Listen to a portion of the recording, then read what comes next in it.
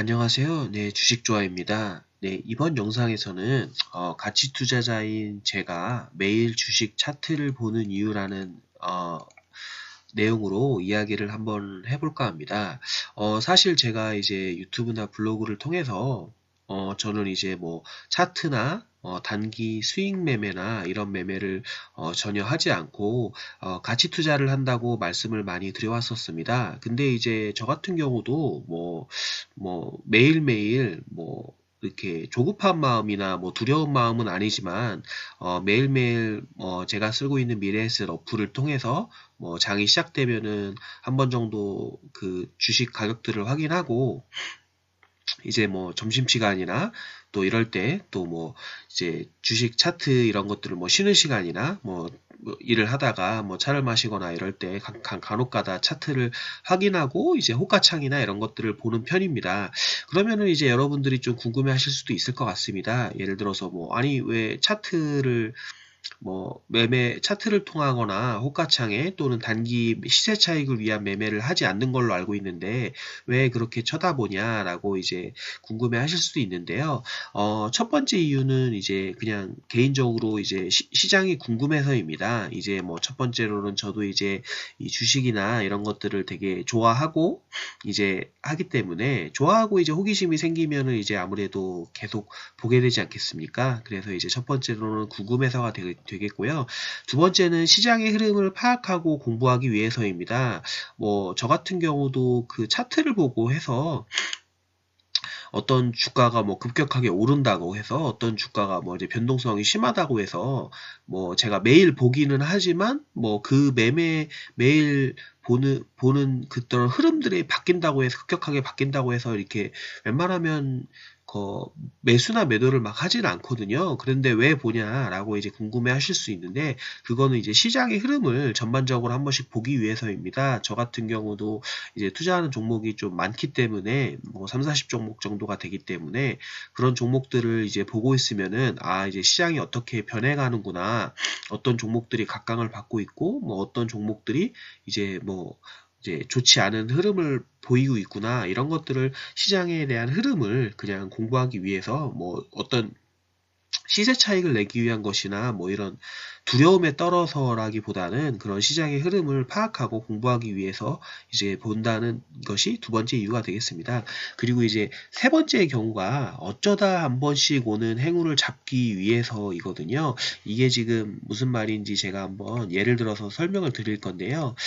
사실 이제 주식 투자를 저 같은 경우는 이제 좀 많은 종목을 투자하기도 하면서 또 이제 그런 뭐 3, 40 종목 정도를 투자를 하지만 또 이제 대부분의 종목들이 지켜봐온 기간이 한 뭐 2년, 3년 이렇게 됩니다. 그리고 2년, 3년 지켜보면서 이제 회사에 대해서 알아가고 뭐 이런 것들을 많이 이제 보는 편입니다. 그래서 이제 2년, 3년 정도 회사에 대해서 이제 종목이 많아서 처음에는 종목을 매수할 때는 그 종목에 대해서 잘 모르지만 그렇게 이제 2년, 3년 정도 내가 생각했던 것과 이제 회사가 일치하는 그런 흐름을 보인다고 생각하고 가치가 있다고 생각한다면 이제 분할로 조금씩 매수를 하기 때문에 회사에 대한 어떤 적정가나 이런 것들 제가 생각하는 이 정도 가격이면 정말 싼 가격이다라는 기준이 있게 됩니다.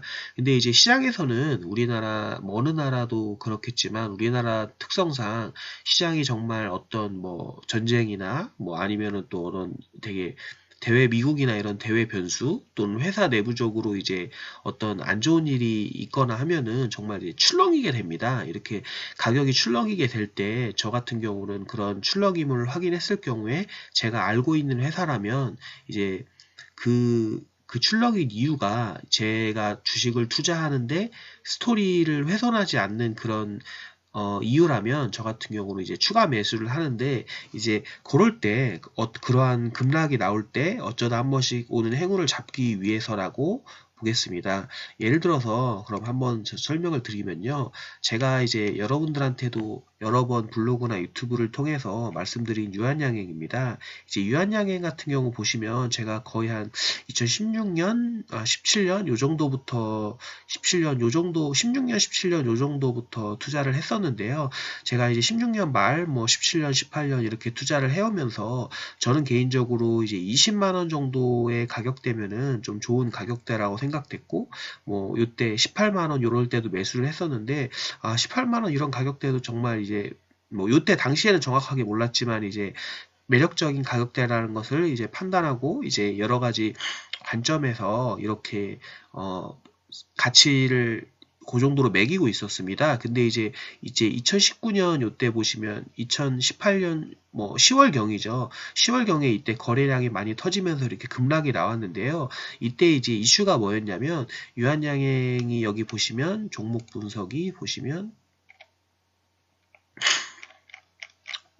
여기 분기별로 이게 나올지 모르겠는데 2018년 이때 9월이죠. 이때 영업이익이 2억으로 대폭 이렇게 이제 감소를 했었습니다. 원래 60억, 70억 정도의 이제 영업이익을 보이는데요. 영업이익이 지금 2억으로 되게 요 기사가 아마 뜨면서 되게 폭락했던 걸로 기억을 합니다.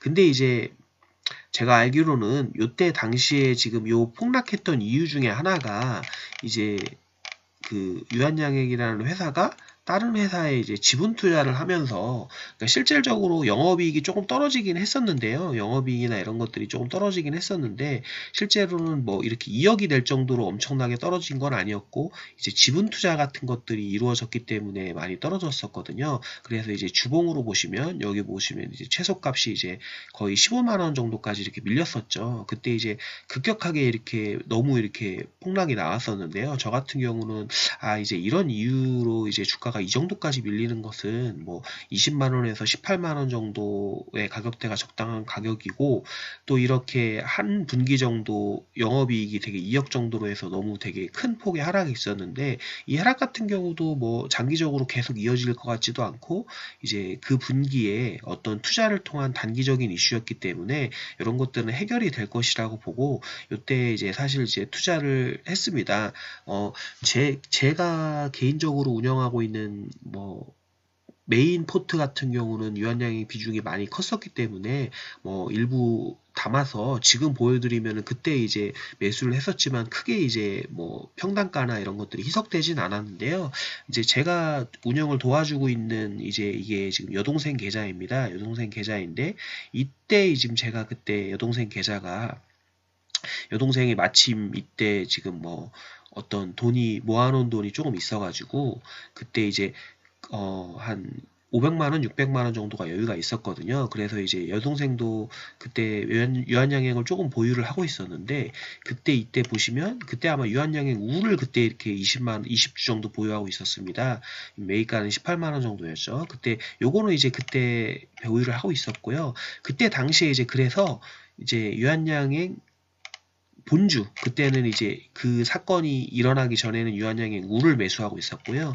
그 사건이 이렇게 이제 급락이 나왔을 때 여동생이 가지고 있던 여유 자금으로 이제 유한양행 본주를 이제 20주 정도를 매수하게 됩니다. 여기 보시면 평균 매입가가 그래서 이제 엄청 낮죠. 14만 4천 원 정도인데요.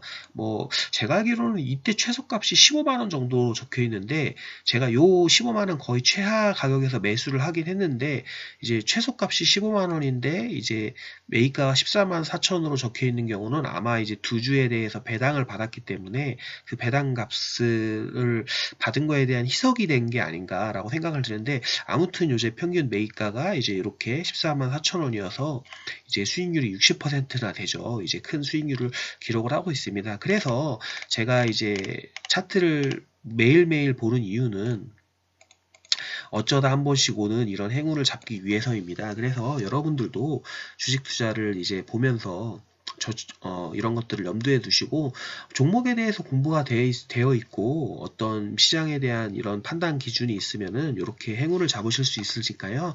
이런 것들도 한번 생각을 해보시고 뭐 좀 종목들에 대해서 좀 공부를 많이 해보시고 있으시면 이렇게 시장의 상황을 어떤 뭐 패닉 상황을 이용해서 좀 좋은 수익을 내실 수도 있으니까요. 한번 참고해 보셨으면 좋겠습니다.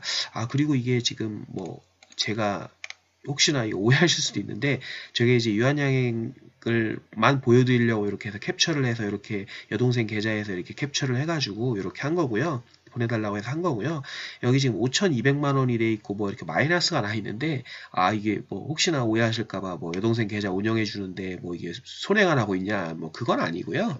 이게 여동생 계좌 제가 알기로는 본전은 한 4,500만 원 정도가 원금인 걸로 알고 있습니다. 제가 운영해 준 지는 한 2년 정도가 됐고요. 뭐 이렇게 어떤 걸 사라 이런 식으로 해서 이제 뭐 해가지고 제 도움을 받아서 여동생이 이렇게 운영을 하고 있고요. 뭐 이게 전부는 아니죠. 밑에 이제 더 많은 종목들이 있는데 제가 이제 요것만 잘라서 캡처를 해서 한 거고요.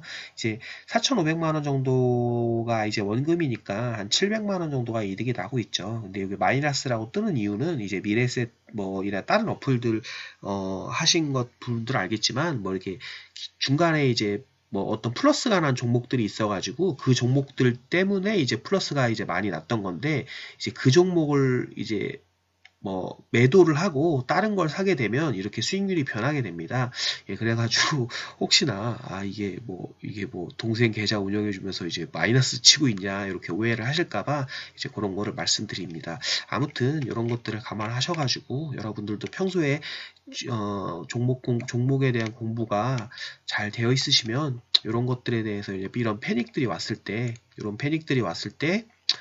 그게 이제 내가 주식을 매수한 스토리를 훼손하지 않는다면 이렇게 과감하게 매수하시면 이런 식으로 이제 좋은 이제 수익률을 기록하실 수 있지 않을까 생각합니다. 예, 이번 영상은 이렇게 마치고요. 예, 다음 영상에서 찾아뵙도록 하겠습니다. 예, 감사합니다.